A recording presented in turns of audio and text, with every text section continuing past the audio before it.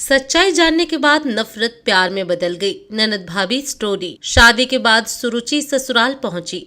सारे कार्यक्रम खत्म होने के बाद 2-4 दिनों में सभी मेहमान एक एक करके वापस चले गए, लेकिन उसकी ननद और उसके 2 बच्चे 2 दिनों के लिए रुक गए। उसके सास ससुर ने तो बहुत पहले ही इस दुनिया से विदा ले ली थी, इसलिए उसकी ननद ने जितने दिन भी रही सुरुचि को भरपूर प्यार दिया ताकि उसको सास की कमी न खले।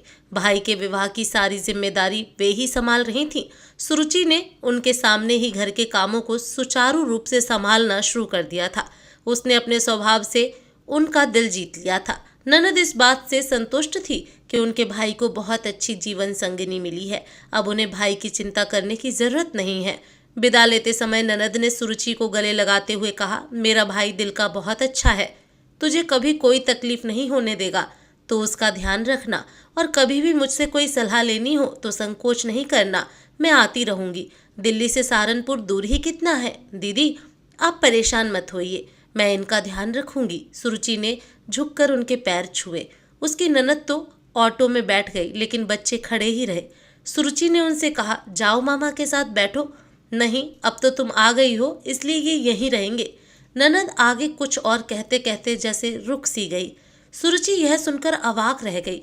अभी विवाह को दिन ही कितने हुए हैं, इसलिए कोई भी सवाल करना उसे ठीक नहीं लगा। उनके जाने के बाद उसके दिमाग में सवालों ने उमड़ना शुरू कर दिया था। कहीं दीदी इसलिए तो मुझ पर इतना स्नेह नहीं उड़ेल रही थी कि अपने बच्चों की जिम्मेदारी मुझ पर डालकर आज़ाद होना चाह रही थी।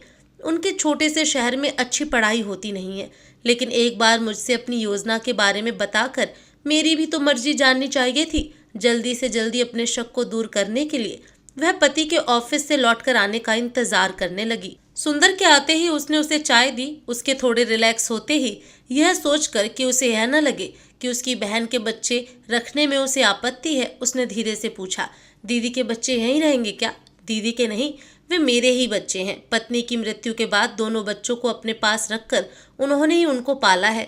तुम्हें क्या, तुम शादीशुदा हो? तुमने हमें पहले क्यों नहीं बताया? हमें धोखा दिया।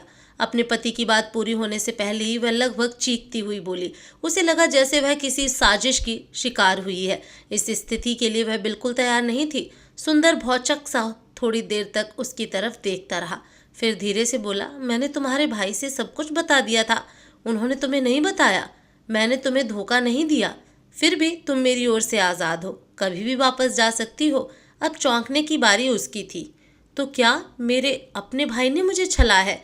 उसको लगा उसके माथे की नसें फट जाएंगी। उसने दोनों हाथों से जोर से सिर पकड़ लिया और रोते रोते धम्म से जमीन पर बैठ गई। कहने सुनने को अब बचा ही क्या था। उसके सारे सपने जैसे टूट कर बिखर गए थे। शरीर से जैसे किसी ने सारी शक्ति निचोड़ ली हो। वह किसी तरह वहां से उठकर सोफे पर निढाल होकर लेट गई। सुरुचि के दिमाग में विचारों ने तांडव करना शुरू कर दिया था।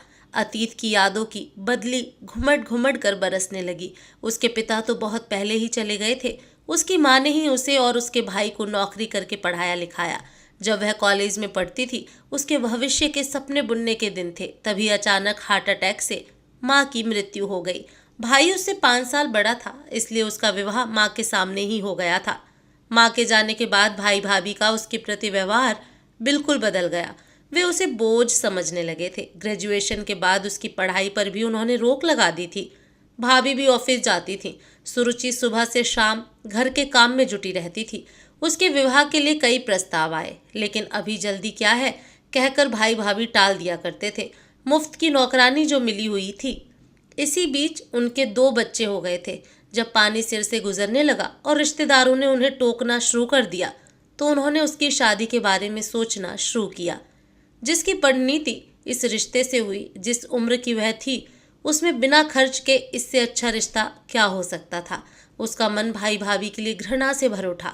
अचानक सुंदर को सामने खड़े देखकर उसके विचारों को झटका लगा। सुंदर ने उसके पास बैठते हुए कहा, तुम्हारे साथ जो भी हुआ बहुत बुरा हुआ, लेकिन दुखी होने से बीता वक्त वापस नहीं आएगा। अभी उठो और शांत मन से इसका हल सोचो। जो तुम चाहोगी वही होगा। तब तक तुम मेरी मेहमान हो। तुम कहोगी तो मैं तुम्हारे भाई के पास छोड़ आऊँगा। भाई के पास जाकर क्या होगा? यदि उन्हें मेरी खुशी की परवाह होती तो ऐसा करते ही क्यों? मुझे नहीं जाना उनके पास। वह बुदबुदाई और आंखों के आंसू पोंछकर घर के काम में लग गई। अगले दिन सुबह सुबह उसकी ननद का फोन आया। सुरुचि समझ गई कि कल की घटना के बारे में वे जान चुकी हैं, इसीलिए उनका फोन आया है। उधर से आवाज आई, सुरुचि बेटा, हमने तुम्हारे भाई से कुछ भी नहीं छिपाया था।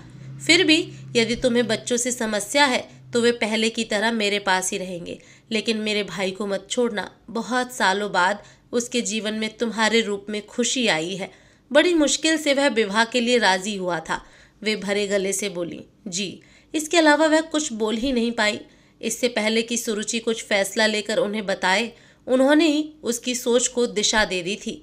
उसने नए सिरे से सोचना शुरू किया कि भाई के घर वापस जाकर वह फिर से उस नरकीय दलदल में फंसना नहीं चाहती, और बिना किसी सहारे की अकेली लड़की की इस दुनिया में क्या दशा होती है यह सब जानते हैं। यदि उसका विवाह किसी कुंवारे लड़के से होता तो क्या गारंटी थी वह सुंदर की तरह उसे समझने वाला होता।